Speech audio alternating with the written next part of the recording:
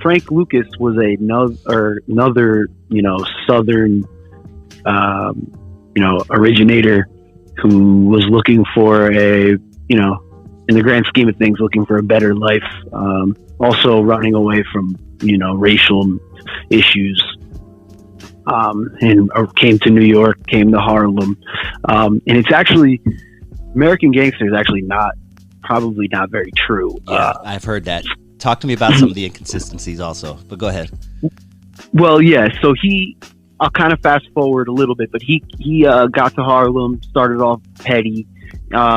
He claims that he, dabbled in the drug game, realized how much money he could make, made a street name for himself, committing other crimes, and eventually came under the wing of Bumpy Johnson, who kind of professionalized him as a gangster, if you will, taught him how to dress, how to, make certain deals. And, you get the idea. And he eventually, he was with Bumpy every day. He claims they took trips to Cuba. He was his driver. So, Frank came up under Bumpy. And then eventually Bumpy died in the 60s. And this is really, he claims that he took over Bumpy's rackets. And this is really when Frank realized, how much money he could make in the underworld.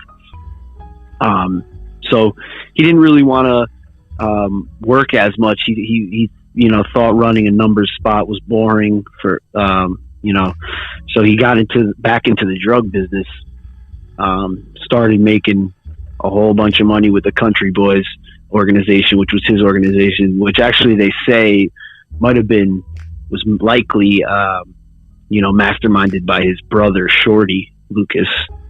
And, then he says in his story that Frank says that he, went to the Golden Triangle and got a direct heroin connect for himself.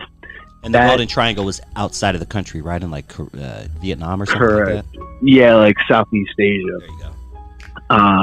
And at one point, he was smuggling dope in false bottoms of dead American soldiers of the Vietnam War. We don't know how true that is, because this is, this story might have been hijacked from that of Sergeant Smack, who was actually a former military man out in Vietnam who was moving. He founded pretty much the drug trade in the Golden Triangle.